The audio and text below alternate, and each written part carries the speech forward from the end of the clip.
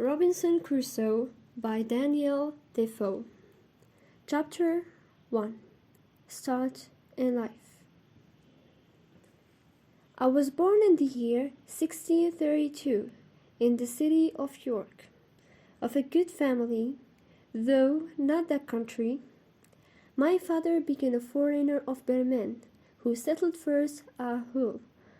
He got a good estate by merchandise, and leaving off his trade, lived afterwards at York, from whence he had married my mother, whose relations were named Robinson, a very good family in that country, and from whom I was called Robinson Crusoe. But by the usual corruption of words in England, we are now called, nay, we call ourselves and write our name Crusoe, and so my companions always called me. I had two elder brothers, one of whom was lieutenant colonel to an English regiment of foot in Flanders, formerly commanded by the famous Colonel Lockhart, and was killed at the battle near Dunkirk against the Spaniards.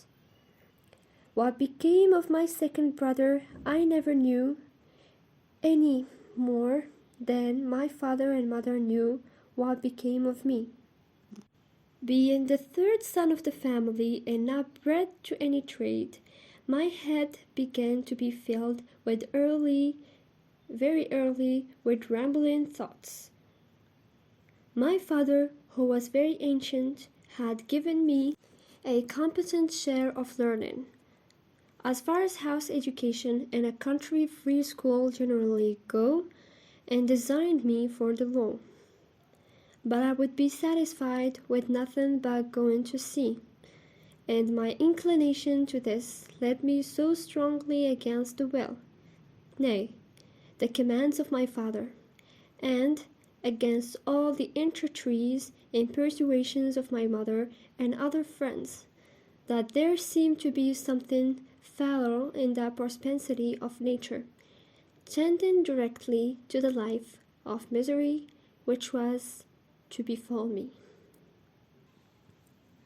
My father, a wise and grave man, gave me serious and excellent counsel against what he foresaw was my design. He called me one morning into his chamber, where he was confined by the gout, and expostulated very warmly upon this subject. He asked me what reasons, more than a mere wandering inclination, I had for leaving father's house in my native country, where I might be well introduced, and had a prospect of raising my fortune by applications and industry, with a life of ease and pleasure.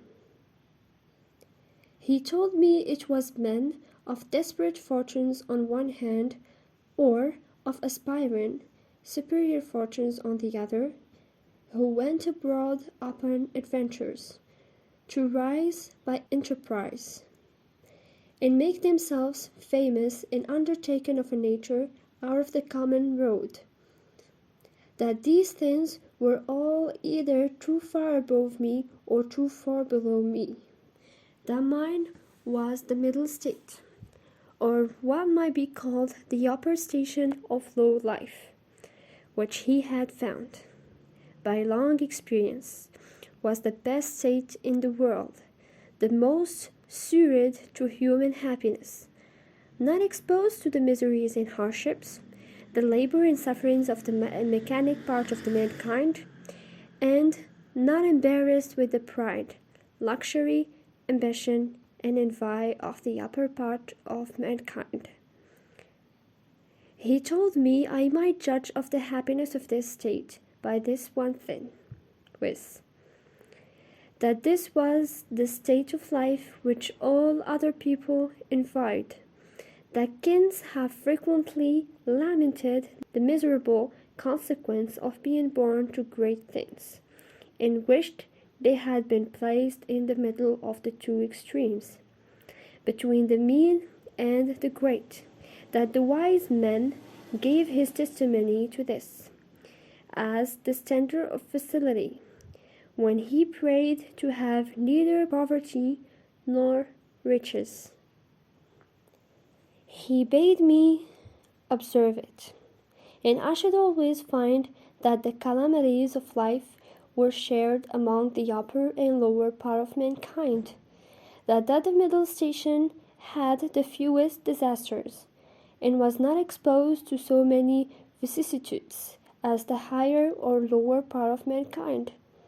Nay, they were not subjected to so many distempers and uneasinesses, either of body or mind, as those were who, by virtuous living, luxury, and extravagances on the one hand, or by hard labor, want of necessaries, and mean or insufficient diet on the other hand, bring distemper upon themselves by the natural consequences of their way of living, that the middle station of life was calculated for all kind of virtue and all kind of enjoyments, that peace and plenty were the handmaids of a middle fortune, that temperance, moderation, quietness, health, society, all agreeable diversions,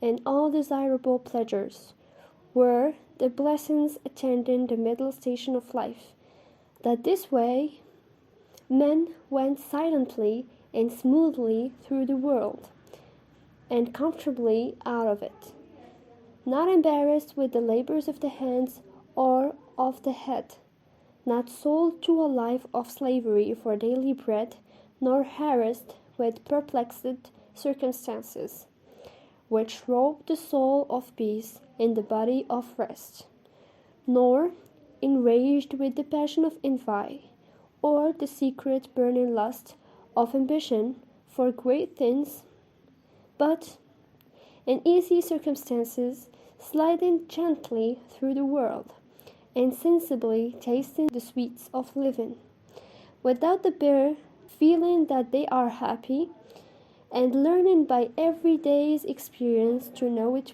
more sensibly.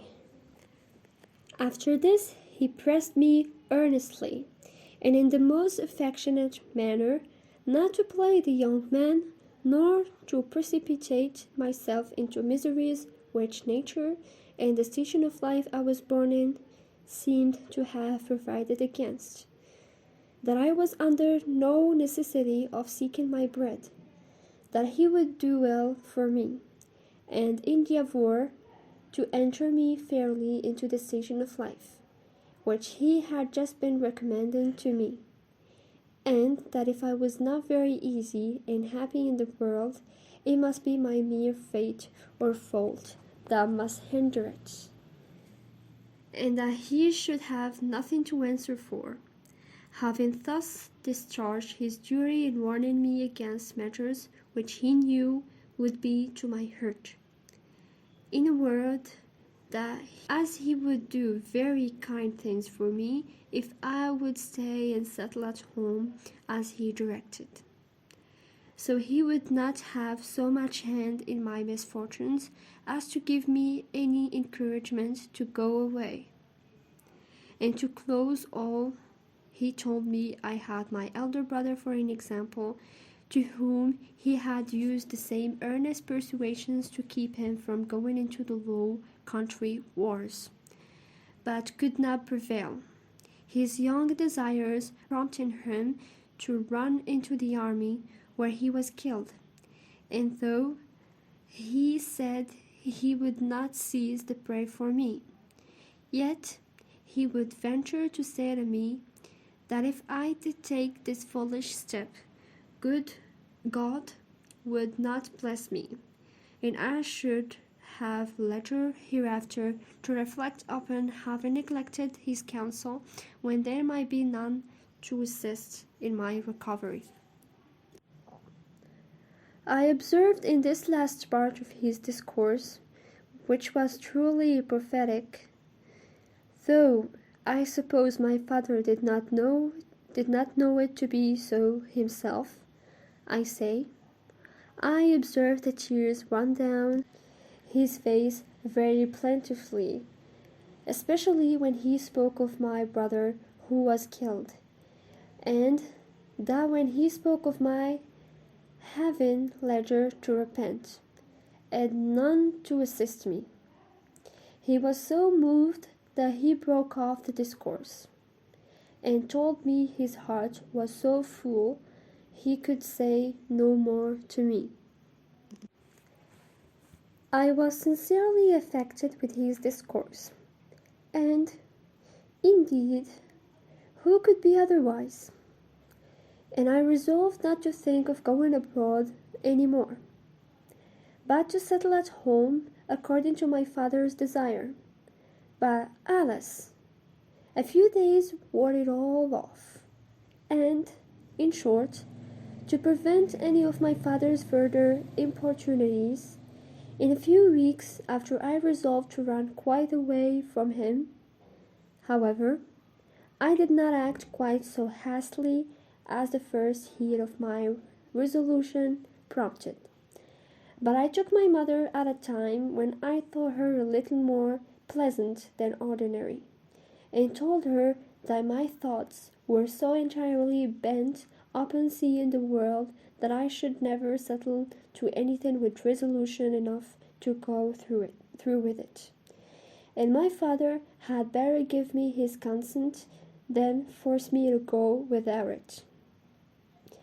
That I was now 18 years old, which was too late to go apprentice to a trade or clerk to an attorney.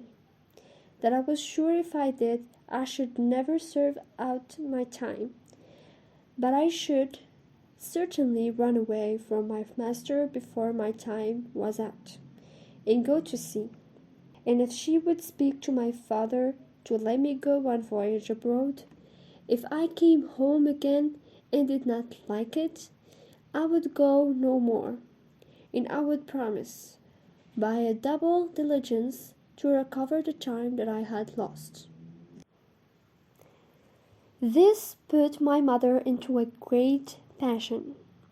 She told me she knew it would be to no purpose to speak to my father upon any such subject, that he knew too well what was my interest to give his consent to anything so much for my hurt, and that she wondered how I could think of any such thing after the discourse I had with my father, and such kind and tender expressions as she knew my father had used to me, and that, in short, if I were ruined myself, there was no help for me, but I might depend I should never have their consent to it, that for her part she would not have so much hand in my destruction, and I should never have it to say that my mother was willing when my father was not.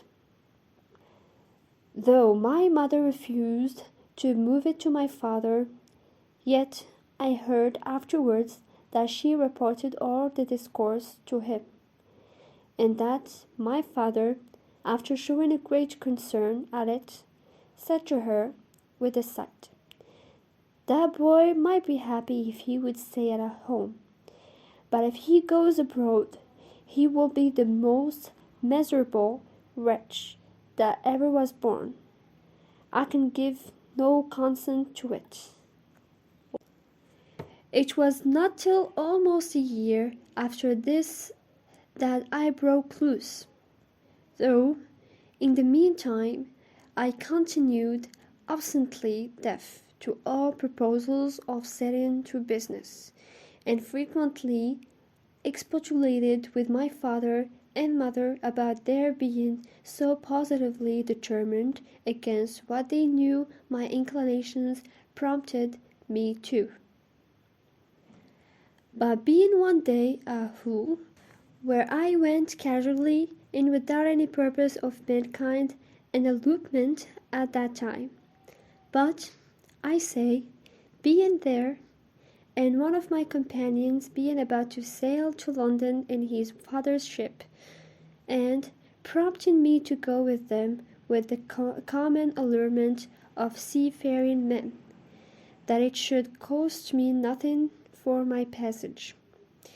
I consulted neither father nor mother any more, nor so much as sent them word of it, but leaving them to hear of it as they might, without asking God's blessing or my father's, without my consideration of circumstances or consequences, and in an ill hour, God knows.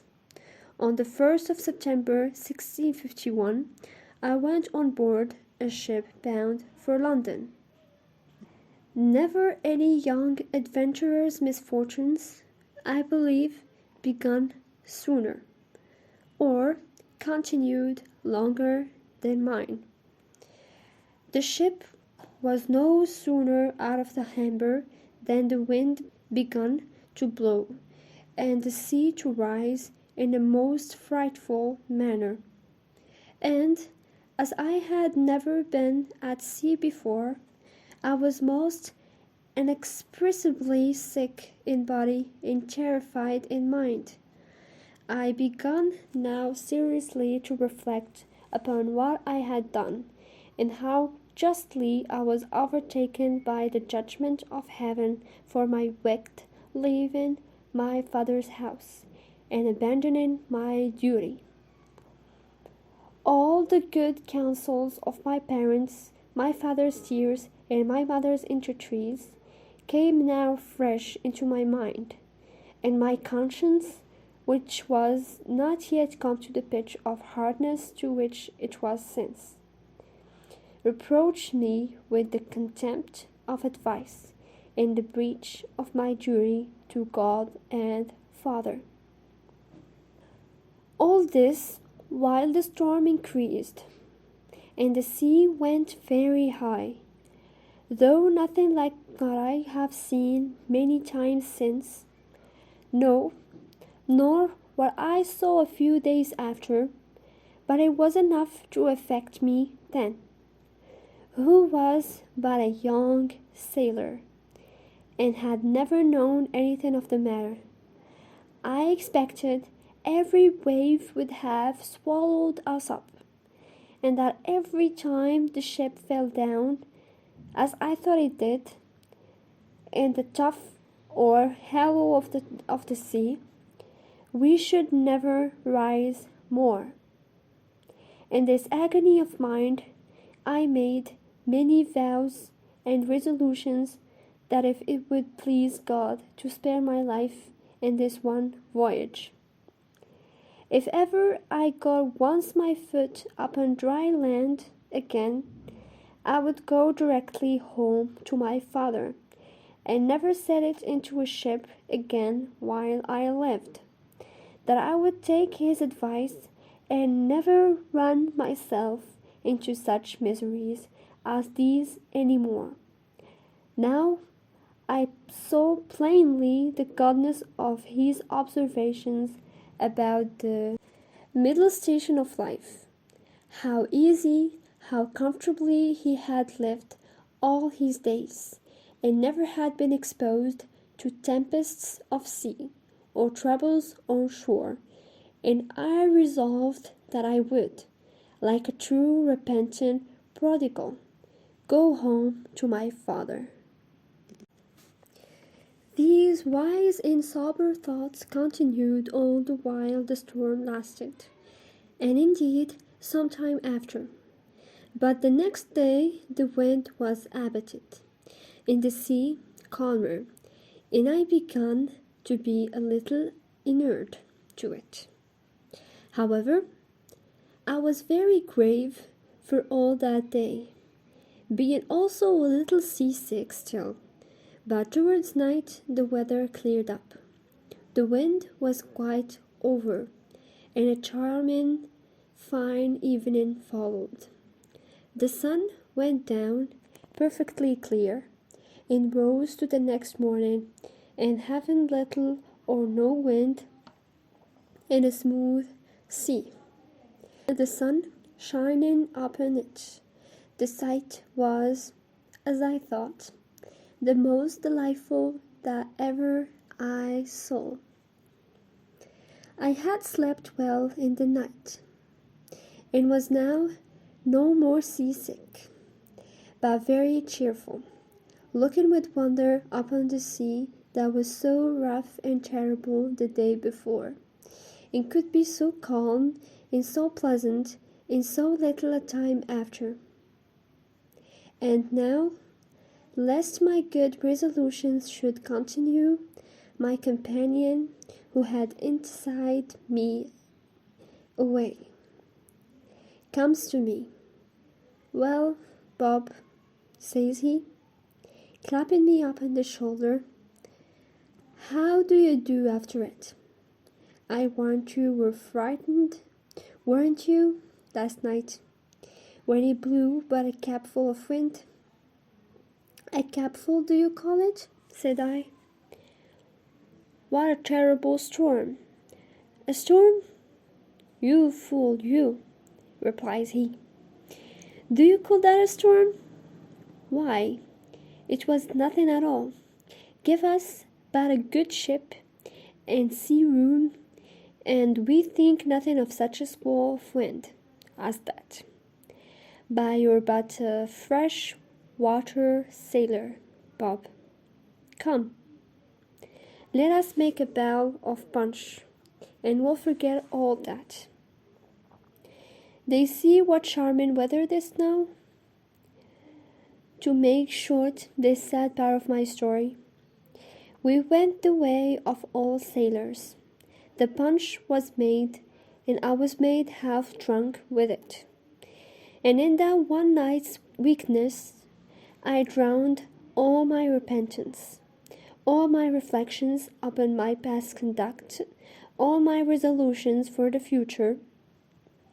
In a word, as the sea was returned to its smoothness of surface and settled calmness by the abatement of that storm, so the hurry of my thoughts being over, my fears and apprehensions of being swallowed up by the sea being forgotten, and the current of my former desires returned, I entirely forgot the vows and promises that I made in my distress. I found, indeed, some intervals of reflection, and the serious thoughts did, as it were, endeavour to return again sometimes. But I shook them off, and roused myself from them, as it were from a distemper, and applying myself to drinking and company, soon mastered the return of those fits. For so I called them, and I had in 5 or 6 days got a complete a victory over conscience as any young fellow that resolved to not to be troubled with it could desire. But I was to have another trial for it still, and Providence, as in such cases generally it does, resolved to leave me entirely without excuse. For if I would not take this for a deliverance, the next was to be such a one as the worst and most hardened wretch among us would confess both the danger and the mercy of. The 6th day of our being at sea, we came into the Harmouth roads, the wind having been contrary and the weather calm. We had made but little way since the storm. Here we were obliged to come to an inshore, and here we lay. The wind contrary was at southwest for 7 or 8 days, during which time a great many ships from Newcastle came into the same roads, as the common harbour where the ships might wait for a wind for the river. We had not, However, we'd here so long, but we should have tied it up the river. But that the wind blew too fresh, and after we had lain 4 or 5 days, blew very hard.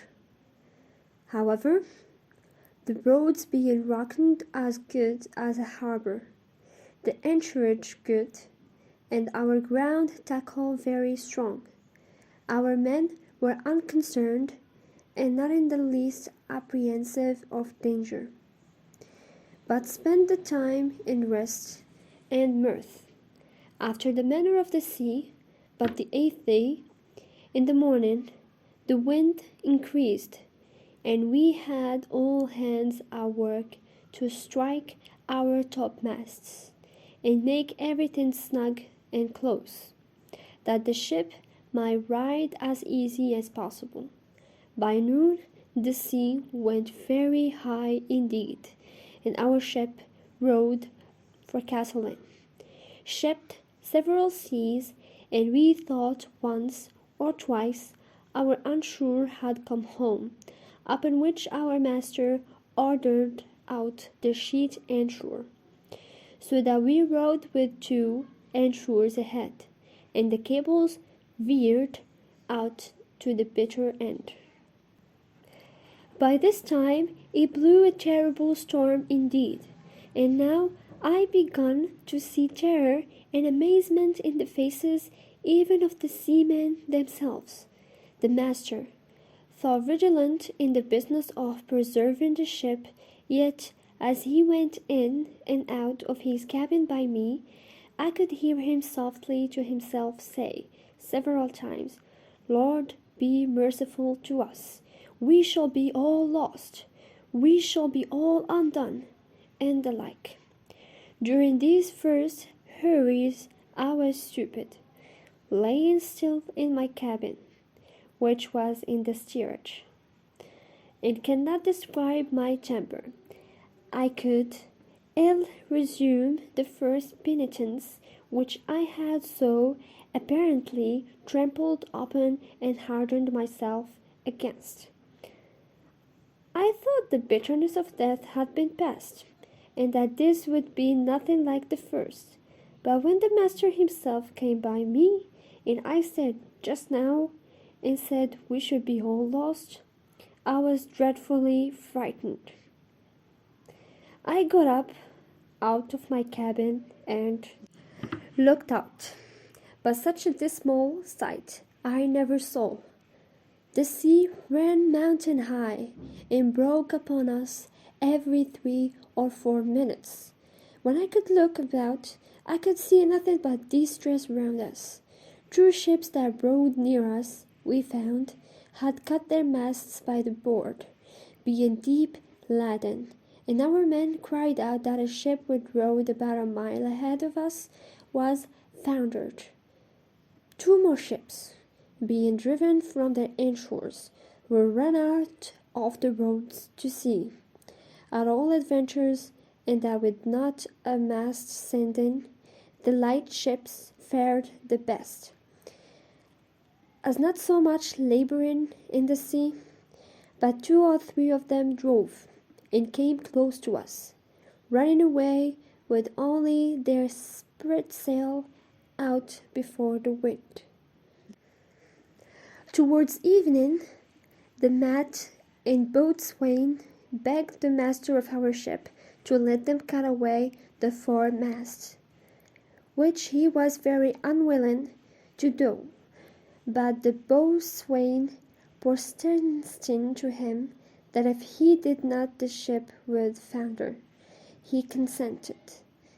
And when they had cut away the foremast, the mainmast stood so loose, and shook the ship so much, they were obliged to cut that away also, and make a clear deck. Anyone may judge what a condition I must be in at all this, who was but a young sailor, and who had been in such a fright before at but a little. But if I can express at this distance the thoughts I had about me at that time, I was in tenfold more horror of mind upon an account of my former convictions, and having returned from them to the resolutions I had wickedly taken at first. Then I was at death itself, and these, added to the terror of the storm, put me into such a condition that I can by no words describe it. But the worst was not come yet.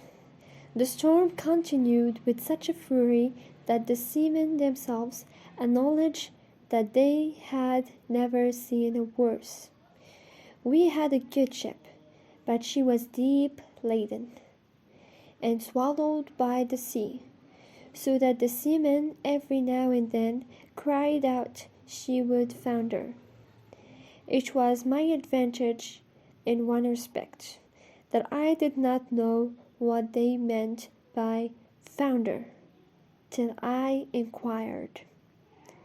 However, the storm was so violent that I saw, what is not often seen, the master, the boatswain, and some others more sensible than the rest, at their prayers, and expecting every moment when the ship would go to the bottom, in the middle of the night, and under all the rest of our distresses. One of the men that had been down to see cried out, we had sprang a leak. Another said there was 4 feet water in the hold. Then all hands were called to the pump. At that word, my heart, as I thought, died within me, and I fell backwards upon the side of my bed where I sat, into the cabin. However, the men roused me, and told me that I, that was able to do nothing before, was as well able to pump as another. At which I stirred up and went to the pump, and worked very heartily. While this was doing, the master, seeing some light collier, who, not able to ride out the storm, were obliged to slip and run away to sea, and would come near us, ordered to fire a gun as a signal of distress. I, who knew nothing that they meant, thought the ship had broken, or some dreadful thing happened. In a word, I was so surprised that I fell down in a swoon. As this was a time when everybody had his own life to think of, nobody minded me, or what was become of me. But another man stepped up to the pump, and, thrusting me aside with his foot, let me lay, thinking I had been dead. And it was a great while before I came to myself. We worked on, but the water increasing in the hold, it was apparent that the ship would founder. And though the storm began to abate a little, yet it was not possible she could swim till we might run into any port. So the master continued firing guns for help, and a light ship, who had rid it out just ahead of us, ventured a boat out to help us. It was with the utmost hazard the boat came near us, but it was impossible for us to get on board, or for the boat to lie near the ship's side, till at last the men rowing very heartily, in venturing their lives to save ours, our men cast them a rope over the stern with a buoy to it, and then veered it out a great length, which they, after much labor and hazard, took hold of, and we hauled them close under our stern, and got all into their boat. It was to no pursue for them or us, after we were in the boat, to think of reaching their own ship, so all agreed to let her drive, and only to pull her in towards shore as much as we could. And our master promised them that if the boat was saved upon shore, he would make it good to their master. So partly rowing and partly driving, our boat went away to the northway, sloping towards the shore, almost as far as Winterton Ness. We were not much more than a quarter of an hour out of our ship till we saw her sink. And then I understood for the first time what was meant by a ship foundering in the sea. I must acknowledge I had hardly eyes to look up when the seaman told me she was sinking, for from the moment that they rather put me into the boat than that I might be said to go in, my heart was, as it were, dead within me, partly with fright, partly with horror of mind, and the thoughts of what was yet before me. While we were in this condition, the men yet laboring the oar to bring the boat near the shore. We could see, when our boat mounted the waves, we were able to see the shore, a great many people running along the strand to assist us when we should come near, but we made but slow way towards the shore, nor were we able to reach the shore till, being past the lighthouse at Winterton, the shore falls off to the westward towards Cromer, and so the land broke off a little the violence of the wind. Here we got in, and got not without much difficulty, got all safe in shore, and walked afterwards on foot to Yarmouth, where, as unfortunate men, we were used with great humanity, as well by the magistrate of the town, who assigned us good quarters, as by particular merchants and owners of ships, and had money given us sufficient to carry us either to London or back to Hull, as we thought fit. Had the sense to have gone back to Hull, and have gone home, I had been happy, and my father, as in our blessed Saviour's parable, had been killed the fatal calf for me. For here in the ship I went away and was cast away in Yarmouth roads. It was great while before he had any insurances that I was not drowned. But my ill fate pushed me on now with an obstinacy that nothing could resist, and thought I had several times loud calls for my reason and my more composed judgment to go home. Yet I had no power to do it. I know not what to call this, nor will I urge that it's a secret overwhelming decree that hurries us on to be the instruments of our own destruction, even though it be before us, and that we rush upon it with our eyes open. Certainly, nothing but some such decree, unavoidable misery, which it was impossible for me to escape, could have pushed me forward against the calm reasonings and persuasions of my most retired thoughts, and against two such visible instructions as I had met with in my first attempt. My comrade, who had helped to harden me before, and who was the master's son, was now less forward than I. The first time he spoke to me after we were at the Yarmouth, which was not till 2 or 3 days, for we were separated in the town to several quarters.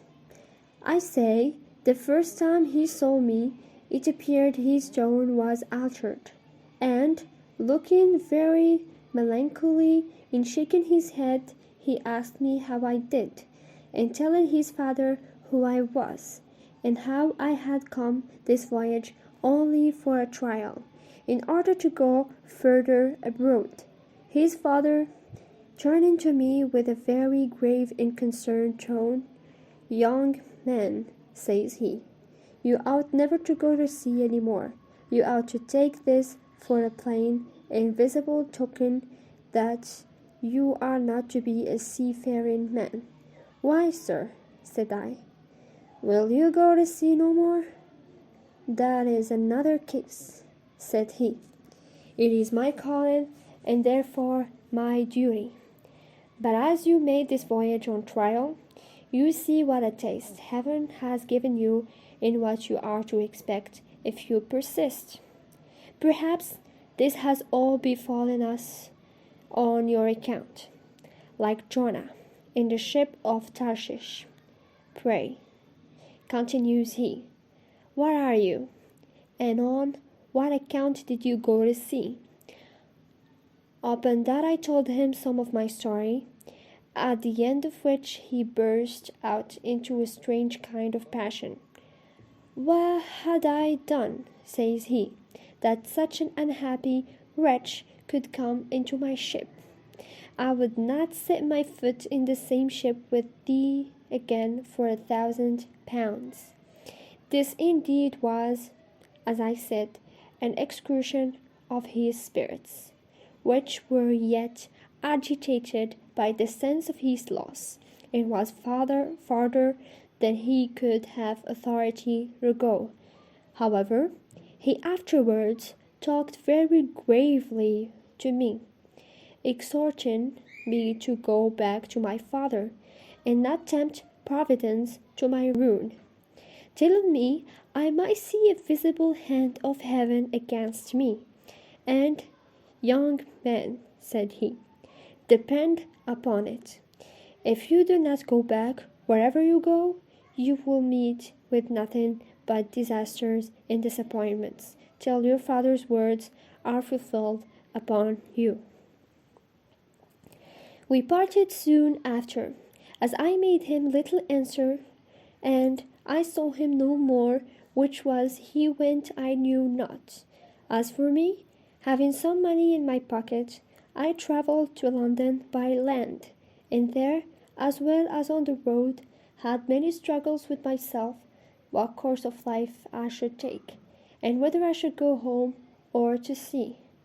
As to going home, shame opposed the best motions that offered to my thoughts, as it immediately occurred to me how I should be laughed at among the neighbors, and should be ashamed to see, not my father and mother only, but even everybody else, from whence I have since often observed how incongruous and irrational the common temper of mankind is, especially of youth, to that reason which ought to guide them in such cases, viz., that they are not ashamed to sin, and yet are ashamed to repent, not ashamed of the action of which they ought justly to be esteemed fools, but are ashamed of the returning, which only can make them be esteemed wise men.